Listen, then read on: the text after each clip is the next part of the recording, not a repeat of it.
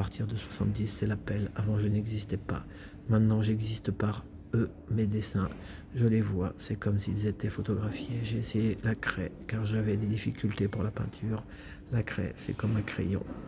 Une apparition, un monde vivant. Mais ce qui me passe de ce monde, peut-être ça vient d'ailleurs, d'en haut. Ils m'appellent, je dois les faire absolument. C'est une foule, plus j'en fais, plus il y en a. Ils me font finalement peur et je ne veux pas les garder.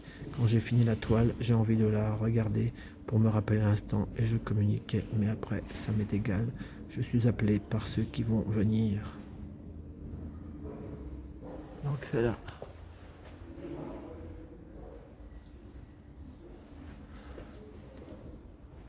Donc ouais, c'est ça. Comme ils disent, des fois, il y avait Jean du Buffet, ils récoltaient des œuvres des gens en asile psychiatrique parce qu'il n'y avait pas autant de chimie, camisole chimique. C'était pas les médocs, il n'y en avait pas autant. Donc, beaucoup qui étaient internés, ils dessinaient. Et par contre, la dame, quand j'ai dit art-thérapie, ça l'a fait rigoler. C'est marqué là. Il y a l'art médiumnique aussi, c'est... Oh là là, il faut des spécialistes, moi. Je dis, ça fait ressortir des choses. Mais maintenant, il y a les gros groupes pharmaceutiques et pharmacopées. Et il n'y a plus besoin de dessiner maintenant. Ou devenez un légume. Voilà comment ça marche. Voilà comment ça marche.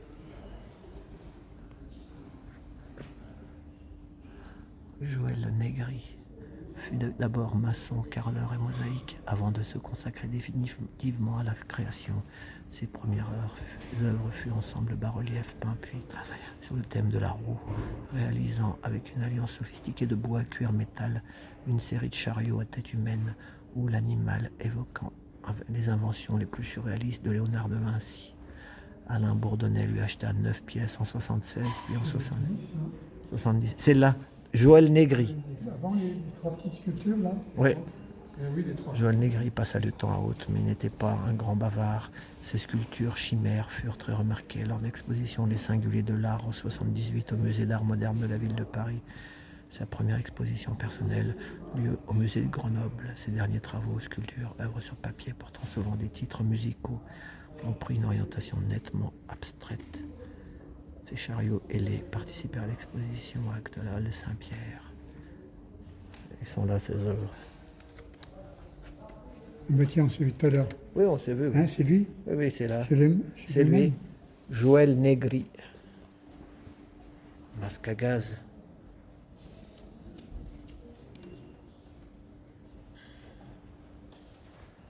C'était un carreleur au départ. La charrette de bunker sauvage.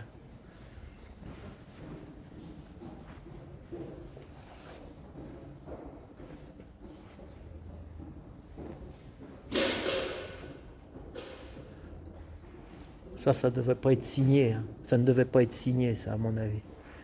Pas signé, je crois. La signature, vous savez, la dame, elle disait. Là, je crois pas que c'était signé.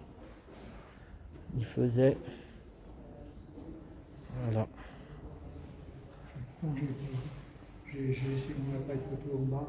Ah, dommage. Ça ferme dans 15 minutes.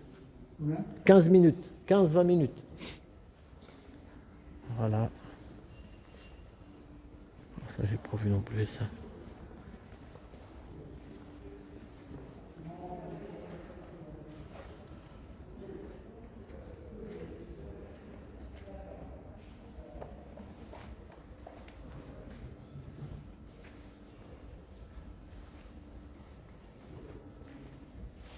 Ça, c'est de qui? François Montchatré.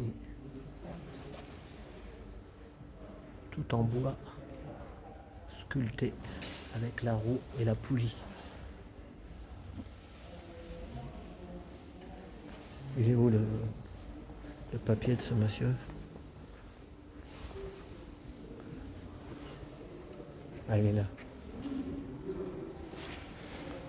François Montchartre, né en 1928 dans les Deux-Sèvres.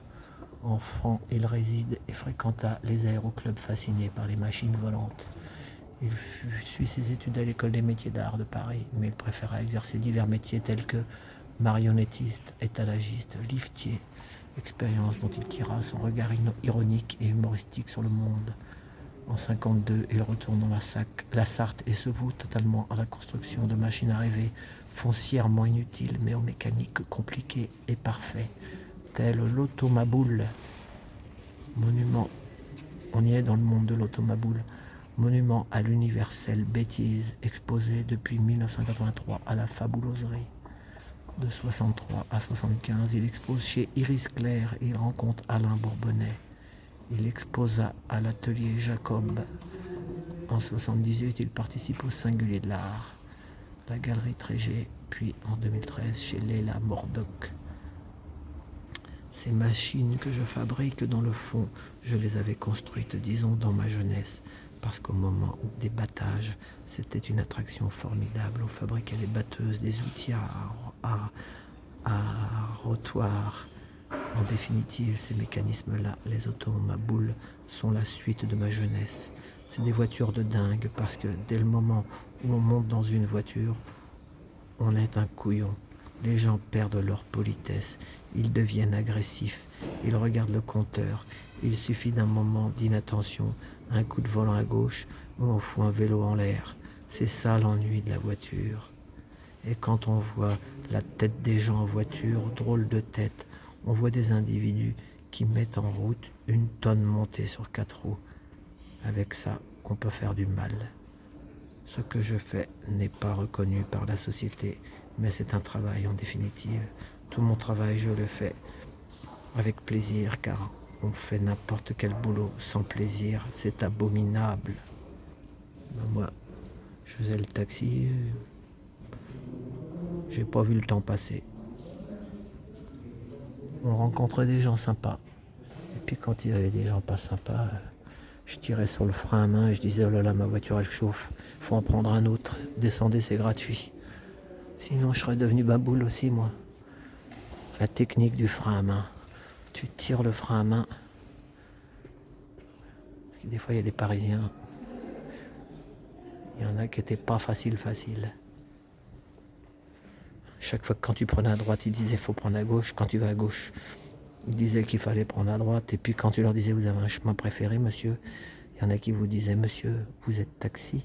Parce que si vous n'êtes pas taxi, j'en prends un autre. Alors là, ma voiture, elle se mettait à chauffer. C'est gratuit, prenez-en un autre, monsieur. Il y en a des gens sur la terre qui sont là pour t'esquinter le cerveau, pour t'avaler la cervelle et le cervelet.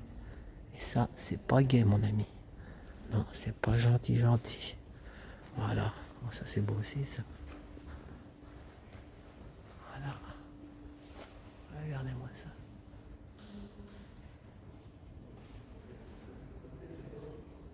Ouais. Elles vont repartir, toutes ces œuvres, d'où elles viennent, d'ici, à la fabuloserie. François Montchartre. Et ben c'est le mec qui disait que le monde est ma boule. Voilà, c'est le même que derrière là. Voilà. François Montchartre. Voilà. Ben voilà. Il y en a qui vont dire il a encore dit voilà je sais pas combien de fois. C'est pas grave.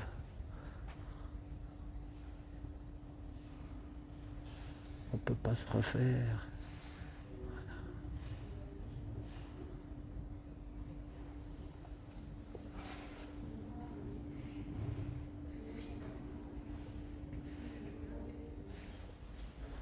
C'est encore François Montchartre.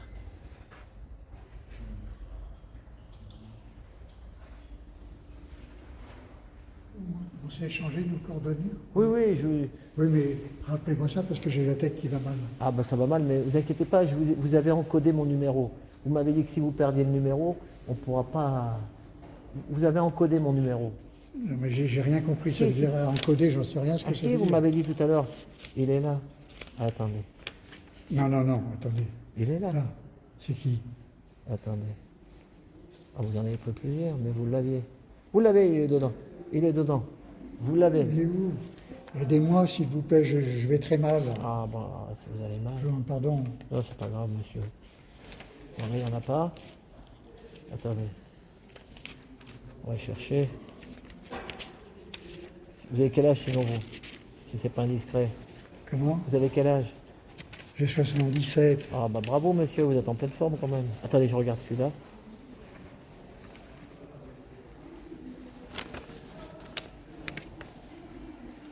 Vous en avez noté tellement de choses.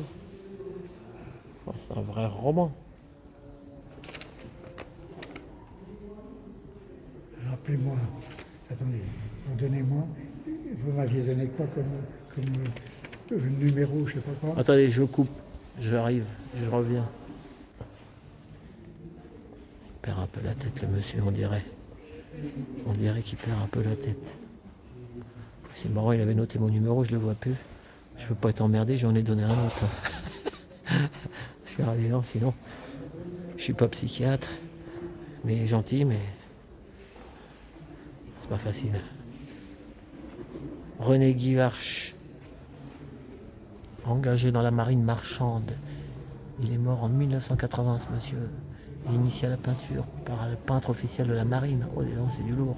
Il réalise des scénettes maritimes, puis à la retraite dans le Lot, près de Cahors, il se met à assembler des racines de bois, oscillant entre des représentations du Christ en croix et des oiseaux utilisés en porte-plume pour les bureaucrates. Observé, destiné à la vente, René Guivarch taille également des formes animalières dans des souches de cèpes de vigne, sans souci de rentabilité et de fonctionnalité. C'est cette dernière production qui retient l'attention d'Alain Bourbonnais en vacances dans le Lot. En 72, dès lors, tous les ans, la famille Bourbonnais lui rendait visite et à chaque fois, plusieurs racines étaient acquises pour l'atelier Jacob.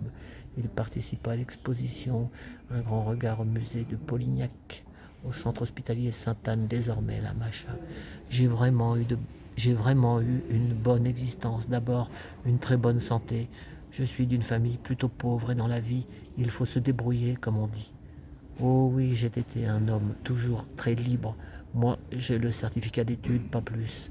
À 10 ans et demi, j'ai quitté l'école et je me suis mis à travailler. Je faisais des courses pour un marchand de jupons et un tailleur. J'étais attiré par les voyages et je me suis dit, un marin, ça de voyage. Je suis allé au Mousse dans la marine nationale. Cela m'a permis de faire le tour du monde et ma foi, ça m'a donné à voir beaucoup de choses. J'ai toujours aimé le dessin. Étant gosse, je dessinais beaucoup et j'avais une manie. Je dessinais des bateaux en feu et je sais pourquoi. C'est drôle d'avoir des idées.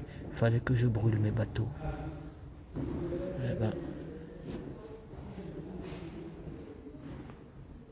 le problème c'est que René Guivarch, je sais pas où il est là. Il est où René Guivarch? Parce que là il y a un autre nom bizarre. Ils sont où ces bateaux? Je vois pas de bateau moi. Bon.